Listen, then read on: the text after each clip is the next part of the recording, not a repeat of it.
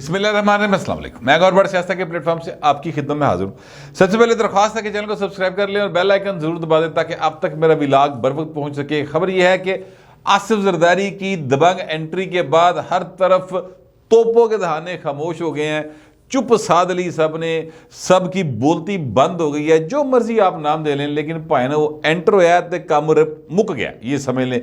और जो है अपना इमरान अहमद खान ने सब, उनके पास एक गैर मुल्की सफ़ीर जो है ना, वड्डी ताकत का सफ़ीर, वो पहुंच गया पैगाम लेके। ये सारा मामला क्या, इस पर बात करेंगे। लेकिन उससे पहले दो छोटी छोटी खबरें हैं, मगर वो खबरें जो हैं वो मैं आपसे अर्ज़ करूँ कि इस बात की गमाजी करती हैं या इस बात का बताती हैं कि भाई ने PTI लीडर है किन्ने के इन्हों के विच साह ने और ये कितने कमिटेड हैं अपने काज के साथ। जो भी इनका काज है, मैं उनके काज पर तनकीद करता हूँ नहीं करता हूँ, इसको एक साइड पर रख दे फिलहाल लपेट के।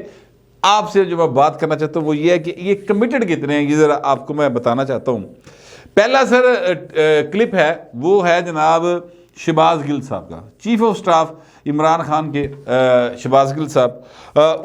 उनको सवाल हुआ आर्मी चीफ की तैनाती के हवाले से और जर्नलिस्ट ने कहा कि जनाब आप उन्हीं दिनों में वहाँ जा रहे हैं जिन दिनों में ये तैनाती का मामला है, तो क्या आप उसको डिस्टर्ब करने जा रहे हैं? और शहबाज गिल साहब ने कहा यार गल सुन, मार दे बड़ा नहीं, बड़ा कुटते नहीं, और मैं अपने हिस्से की कुट खाया तो एक किसी होर तो पूछ ला हूँ, तो मेहरबानी कर, तेरे वाल बड़े अच्छे है, तो मेरी खाला भी कहेगी घर टाइम सिर मुंडा आ गया, तो तू भी मेरा ख्याल है सवाल ना ही कर। ये बात उन्होंने की। अच्छा, बात मजाक में लगती है कि जनाब कह सकते हैं कि जनाब सॉफ्टवेयर अपडेट हो गया, कह सकते हैं जनाब के भाई ने पहले बोलन तो पहले सोच लेना सी, नहीं सी यहो जे पंगे लेने। इस तरह की बहुत सारी बातें तन की जा सकती हैं। लेकिन सर मुझे याद आता है कि ये जो इनसे पहले सियासी जमातों के लोग हुआ करते थे, मसलन मैं आपको बात कर सकता हूँ पीपल्स पार्टी की, मैं आपको बात कर सकता हूँ ये मुस्लिम लीग नून वालों की, कई मिसालें मैं आपको दे सकता हूँ कि जहाँ पर लोगों की ज़िंदगियाँ जो हैं वो बाकायदा तौर पर यानी खानदान रुल गए पाए, लेकिन उन्होंने कभी इस खौफ से अपनी ज़बान बंदी नहीं की कि जनाब फिर फड़े जावांगे या जनाब सानू जड़ा ना कुटते बड़े जे, इस तरह की कोई बात उन्होंने नहीं कभी की। मैं आपको एक छोटी सी एग्जांपल देता हूँ। मेरे घर के पास रहा करते थे ज़हीर बाजवा साहब, अब इस दुनिया में नहीं रहे, अल्लाह ताला उनको गुरिके रहमत करे। उनके एक ऐसे शख्स की नारे के ऊपर, एक ऐसे शख्स के नज़रिए के ऊपर, एक ऐसे शख्स की काल के ऊपर उन्होंने ज़िंदगी के 10 साल किला और जेल में गुजार दिए, कोड़े भी खाए, जिससे वो कभी नहीं मिले थे ज़िंदगी में। उस शख्स का नाम जुल्फ़िकार अली भुट्टो था और वो शख्स जो है दुनिया में भी नहीं रहा था, लेकिन इसके बावजूद ज़हीर बाजवा, इस तरह के और बहुत सारे लोग, मियाँ मुनीर इछरे वाले, क्यूम निज़ामी साहब, मैं कहता हूँ कि इतने सारे लोग हैं जिन्होंने कभी आज तक ये नहीं कहा कि हमने गलती की, असी दोबारा नहीं करांगे, सानू माफ़ी दे दो। कभी उन्होंने तब भी माफ़ी नहीं मांगी थी। मैं कहना ये चाहता हूँ कि जो नज़रिए की कमिटमेंट होती है ना हजूर, वो इस तरह की बातें उस बंदे के मुंह से नहीं निकलती जो कमिटेड होता है अपनी काज के साथ। जिस तरह की शहबाज गिल दे मुंह निकलती है भाई ने मार दे बड़ा जे, बाऊ जी तुहानू पहले कहने थे कि रंदा जिवें फिरदा तुहानू पता नहीं, तुसीं कहंदे रंदा फेरो, तो वो तुहाडे ते है रंदा फिरिया कोई नहीं। आप तो बहुत लकी लोग हैं। मैं सीरियस नोट पे बात करूँ, ये तहरीक इंसाफ वाले, ये नून लीग वाले, पीपल्स पार्टी वाले, ये जो आजकल के पॉलिटिकल एक्टिविस्ट बने फिर रहे हैं, तो बड़े लकी लोग हैं सर। ये सोशल मीडिया है, लोग बोल पड़ते हैं, ट्विटर पे आ जाता है, फेसबुक पे आ जाता है, कोई साढ़े नाल दा जेड़ा बेचारा जिन अपने जख्म याद आते हैं वो व्लॉग कर देते हैं, कोई बात हो जाती है।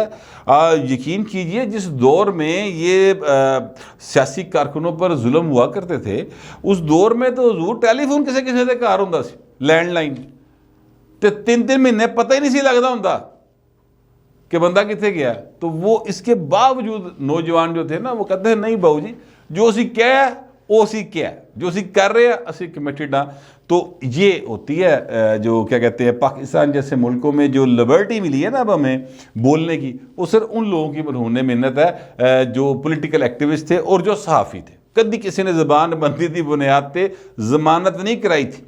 वो जो कहते हैं ना इमरान रियाज खान साहब के डट के खड़े हैं तो जनाब ये वो पाए ना, इन्होंने जबान बंदी दी, जमानत दी थी हाई कोर्ट में और जमानत कराई। तो साफियों में से कभी किसी ने ऐसा नहीं किया था। खैर वो बात और हो जाएगी। दूसरा जो है वो ये है कि फवाद चौधरी साहब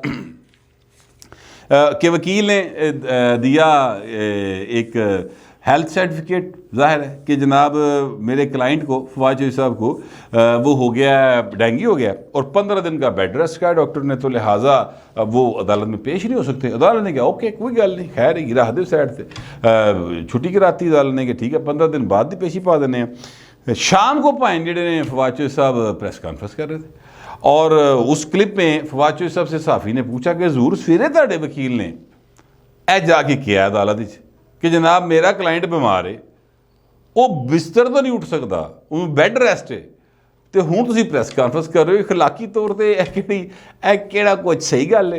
तो फवाद चौधरी साहब आगे से कहते हैं कि क्या इखलाकी तौर पर मैं कहूँगी मुझे डेंगू नहीं हुआ। यानी वो तमस्खर उड़ाना शुरू हो गए बजाय शर्मिंदा होने के कि यार मैं अदालत कुछ कह रहे हैं, इत्थे मैं कुछ कर रहे हैं, ठीक है। तो उस पर शर्मिंदा होने की बजाय वो उस नौजवान साफ़ी का तमस्खर उड़ाना शुरू हो गए। अब ज़ाहिर है नौजवान साफ़ी को पता है कि इस भाई ने इमरान खान मिलाना है, उसको नौकरी का भी मसला है कि अगर खबर टाइम से ना लभी तो मेरी नौकरी भी जाएगी, लिहाजा वो इतना ही सवाल करके फिर बेचारा चुप कर गया। कोई मेरे नाल सिर फिर आंदा तो फिर भाई पूरी छिंज पाता, लेकिन बहरहाल मैं उस नौजवान की हिम्मत है सर, फिर भी वो ये बात कर गया। वरना जो हालात यूथिया ब्रिगेड ने पैदा किए हुए हैं सर, ज़मान पार्क में खड़े होके उनके मुंह पर एंटी सवाल करना बहुत मुश्किल काम हुआ है। उस नौजवान ने फिर भी किया है, बड़ी मेहरबानी। अब मैं आने लगा उस बात की तरफ जो मैंने आपसे कहा कि जनाब एक गैर मुल्की जो शख्सियत है, कदावर शख्सियत, वो पहुँच गई, वड्डी ताकत की शख्सियत पहुँची जनाब इमरान खान के कोल और जाके उनसे कहा कि भाजी मेरी गल सुनो, ध्यान करो ज़रा, ये तुसी जिहड़ा काम फड़िया है ना बाज आ जाओ। अच्छा ये बात मैं अपने पास से कह रहा हूँ, ऐसा नहीं हुआ। बात यह है इंग्लैंड की क्रिकेट टीम जो है वो 17 साल बाद पाकिस्तान आ रही है और टेस्ट मैच होगा पिंडी में, 27 नवंबर को पहुंचेगी और 1 दिसंबर को मैच है। तो वो जो बरतानवी सफ़ीर हैं उनका नाम है जनाब क्रिश्चियन टर्नर, वो पहुंच गए हैं इमरान खान के पास। रमीज़ राजा नूं दी उन्होंने बाँह फड़ी कि भाजी ये जाके ज़रा अपने उस्ताद नूं समझाओ तुसी जिहड़ा काम फड़िया है ये हमारा मैच ख़राब हो जाएगा। जाहिर है इमरान खान साहब 26 को जा रहे हैं, तो वहाँ पर इमरान खान साहब ने कहा कि नहीं हम मैच नहीं ख़राब होने देंगे, तो आपका मैच होगा और कोई परेशानी नहीं होगी। अच्छा मैच है सर 1 दिसंबर को। 1 दिसंबर का मतलब ये हुआ कि सर इमरान खान साहब अगर 26 को वहाँ पर आएंगे अपने लाओ लश्कर के साथ, जो भी उन्होंने वहाँ पे डांस करना है या वहाँ पर उन्होंने स्यापा पाना है, वहाँ पर उन्होंने कोई अपने लोग पॉलिटिकल तहरीक चलानी, जो भी उन्होंने करना कराना है, तो वो फिर 1 दिसंबर से पहले पहले भाइन घर चले जाएंगे। यानी मैं इससे ये अंदाज़ा लगा रहा हूँ, अखज़ कर रहा हूँ इस बात को, क्योंकि उन्होंने कहा 1 दिसंबर का मैच आपका डिस्टर्ब नहीं होगा। तो जिसलिए भाई तुम पिंडी के विच राज बैठे होगे तो लोग किवें स्टेडियम वड़नगे। देखिए ना पूरा सिस्टम ही डिस्टर्ब हुआ होगा, हर तरफ बैरिकेड होगा, हर तरफ लोग जो हैं उन्होंने राह बंद होंगे, तो मैच किवें होएगा। लिहाजा ये मैं अंदाज़ा लगा रहा हूँ कि बहुत लेट भी आया तो भाई 2-3 दिनों की कहानी है टोटल। वैसे मेरा ज़ाती ख्याल है कि इमरान खान से 26 को कहेंगे लो जी हूँ मैं जा रहा जे, अगे तो ना करना, वो फिर ये नहीं आ जाएंगे कि जनाब हूँ मैं जरा ना अगला कोई होर लाहे अमल बनाता हूँ और फिर मैं आपको बताऊँगा, फिर कॉल दूंगा, इस तरह की बात करके वो चले जाएंगे। ये मेरा ख्याल है। हो सकता है खान साहब जो है वो मेरे ख्याल के बिल्कुल बरखिलाफ़ चले जाए, लेकिन 1 से पहले पहले उन्हें यकीनदानी करा दी है और ये यकीनदानी उन्होंने कराई है कि बड़ी ताकत के नुमाइंदे को याद रखिएगा कि बरतानिया जो है वो सर बहुत बड़ी ताकत है। मैं आपसे अर्ज़ ये करना चाहता हूँ, दुनिया की 2nd सुपर पावर अगर कहा जाए तो मेरा ख्याल है कि वो, या 3rd कह लें, चलो चीन तो बाद बरतानिया है सर।